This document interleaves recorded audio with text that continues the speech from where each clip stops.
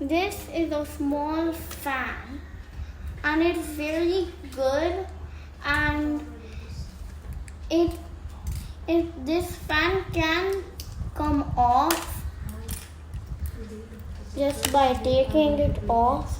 If you want to know what this adapter is for, this fan does not go on just like that because it won't spin. And so this adapter, since this does not work just like that, I just made this small adapter which fits this fan tightly and nice, and this adapter can fit onto my motor and it turns on. It does make some weird noises, but that's okay. I heard it's okay.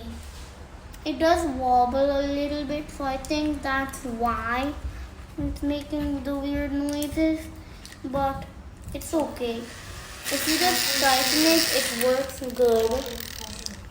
And if you want to close it, you just take off the adapter and then close it, and then you have a small kit which you can open. Take the fan, put it on, and then